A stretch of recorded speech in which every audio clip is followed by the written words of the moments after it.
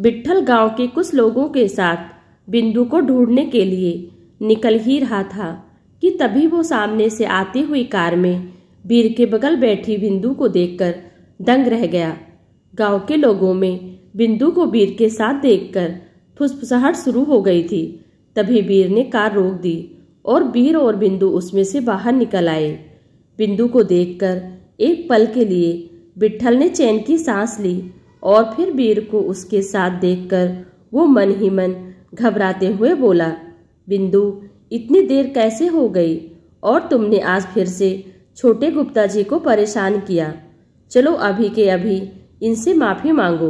बिंदु ने हैरान होते हुए पूछा, हम क्यों माफी मांगे? हमने क्या किया है? विट्ठल गुस्से से बिंदु की तरफ बढ़ा। वो बिंदु को डांटने ही वाला था कि तभी वीर उसे रोकते हुए बोला, अरे काका, आप फालतू में ही गुस्सा कर रहे हैं। बिंदु ने मुझे बिल्कुल परेशान नहीं किया, बल्कि इसने तो मेरी मदद की है। आज अगर बिंदु नहीं होती तो मैं बहुत बड़ी मुसीबत में पड़ जाता। वीर की बात सुनकर गांव वाले और विट्ठल हैरान हो गए थे। विट्ठल ने पूछा, कैसे? तब बिंदु ने सारी बातें बताते हुए कहा, आज वीर जी वहां जंगल में फंस गए थे। इनकी गाड़ी का इंजन गर्म हो गया था तो हमने इनकी मदद की और वहां एक सांप आ गया था, जिसे देखकर तो ये जम से गए थे। हमने इनको गाड़ी के अंदर खींचा। तभी वीर ने बिंदु से इम्प्रेस होते हुए कहा, बिंदु तो सुपरस्टार है। अगर ये मेरी मदद नहीं करती तो मैं वहीं जंगल में फंसा रहता और आज जिंदा भी नहीं बच पाता। गांव के लोग वीर के मुंह से बिंदु की तारीफ सुनकर जलने लगे।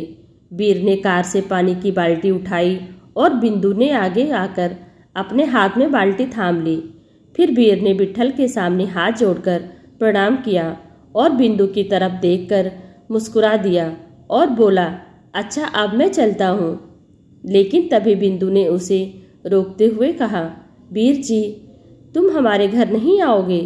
बिंदु की बात सुनकर विट्ठल हैरान रह गया और वो बिंदु को डांटते हुए बोला, तुम इतनी बड़ी हो गई हो लेकिन तुम्हें बुद्धि तनिक भी नहीं है।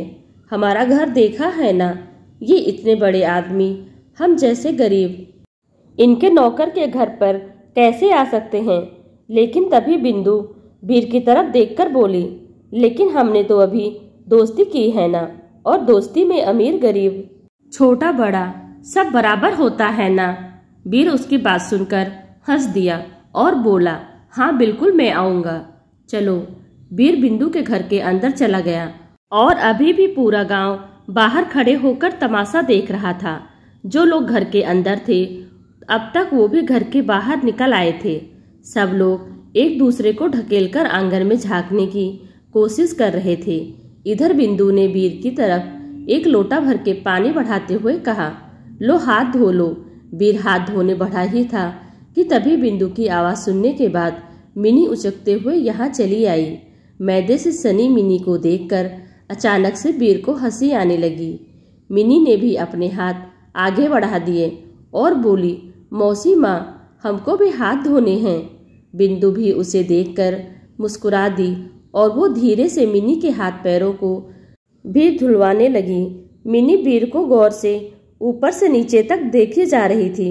उसे वीर की पर्सनालिटी और हंसता हुआ चेहरा बेहद पसंद आ रहा था। बिंदु के दिमाग में न जाने कहां से क्या आया, वो अचानक बोल पड़ी, आप भी मेरे नए मौसा बनने के लिए आए हो क्या? मिनी के मुंह से ये बात सुनकर अचानक से बिंदु के चेहरे का रंग ही उड़ गया। उसने जल्दी से मिनी के मुंह पे अपना हाथ रख दिया और डांटते हुए बोली, चुप कर, तुम्हारे मौसा गए भाड़ में, समझी? ये वीर जी हैं। दूसरी तरफ वीर को घर में आया देखकर ललिता के दिमाग ने काम करना बंद कर दिया था। वो भाग के जाकर मिठाई और बिस्किट निकालने लगी। तभी बाहर भीड़ में से निकलकर दो लोग भागने लगे।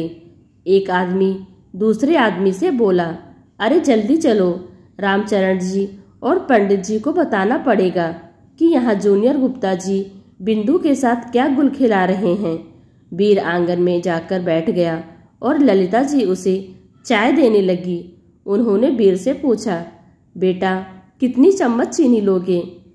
1 चम्मच काकी। वीर की बात सुनकर ललिता जी ने डिब्बे में चम्मच घुमाई। अभी उन्होंने चम्मच वीर के कप की तरफ बढ़ाई ही थी कि तभी बिंदु जोर से चिल्लाई, रुक जाओ माँ। ललिता जी के हाथ कांप उठे। वो और वीर दोनों हैरानी से बिंदु की तरफ देखने लगे।